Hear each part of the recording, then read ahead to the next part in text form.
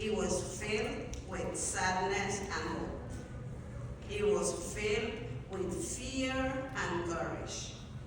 Sadness because my husband and I had to leave our kids in Honduras, in the small village of Santa Fe, to migrate to the United States, especially to New York City. It was filled with fear because we were coming to this country was the only chance to build a great family legacy.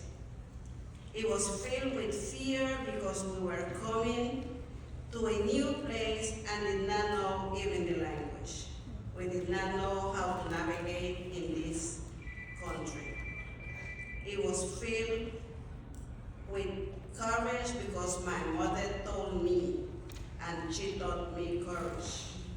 She did not tell me in words, but she taught me in her loud actions. My mother, Elena, raised 5 children for a long time by herself. She became a business owner in the village of Santa Fe, where she provided work opportunities for many of our people in Santa Fe, San Antonio, and Guadalupe. She was also courageous enough to give love opportunity when she married my grandfather. His name was Nicholas. He became our new puppy. We love him very much because he set a good example of what it was to have a good partner in a new marriage. He loved my mother and her children because that is the way it is supposed to be. He helped support my sisters Zulma, Sunilda, Teofila, and Dolin, and my 2 stepsisters, Rosie and Sonia. We did not grow knowing the term half-brother or half-sister, or stepfather or step-sibling. We were all one family because that is the way it's supposed to be. I knew I had to make them proud, make my parents proud. I knew that I have to make my children proud, Zulma and Luis. And I was aware of the responsibility. And I had the responsibility to help my Garifuna people.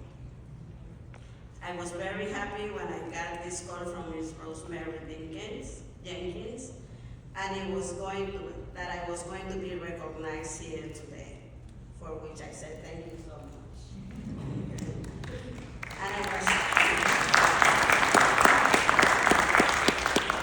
And I was not going to say no to this invitation because I have a story that needs to be heard by our young Garifuna people. The story is that my family and I became good example of what it means to be a good, hardworking immigrant and citizen of this country. We learned the power of gratitude. We learned the power of strangers that became friends who eventually became family. In this country, I got to learn the story of African American brothers, sisters, and it was because of them that this beautiful Black Garifuna woman standing here before you today, my family got opportunities, they fought for it. We were very grateful. I learned how to stay authentic to my culture because I saw Puerto Rican, Dominican, Jamaican community always being proud of their culture. Therefore, we are, and I am a proud Garifuna.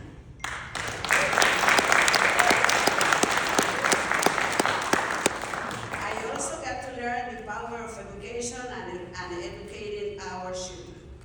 The most important lesson of that throughout my journeys is something that my husband and I have always taught our children for a very long time. God never abandons his children, and what God bless, no man can curse. Amen. My husband and I, we are both retired. He retired from the Department of Environmental Protection with the City of New York, and I retired from Ponce de Leon Bank as a Assistant Vice President.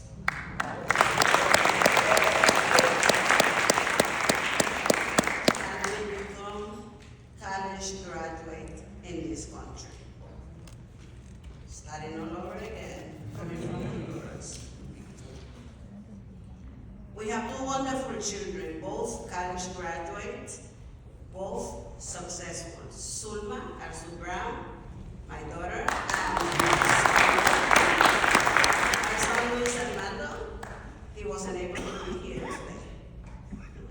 My story is not different from any story of a person that does what they need to be done for their family.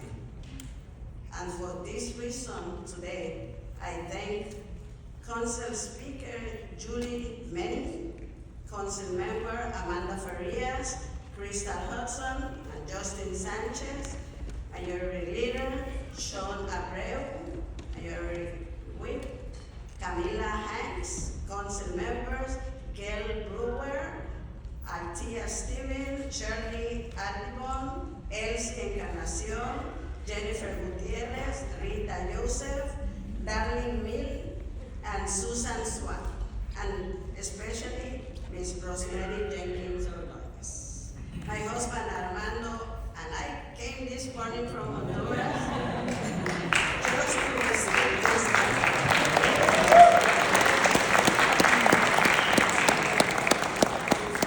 The family journal on April 9, 2026 is a happy, and because it took my entire family to make this happen, because this is the way it's supposed to be. My dreams continue to become a true, and I'm very grateful today. We are all part of this. Thank you very much. God bless you, and God bless the United States of America.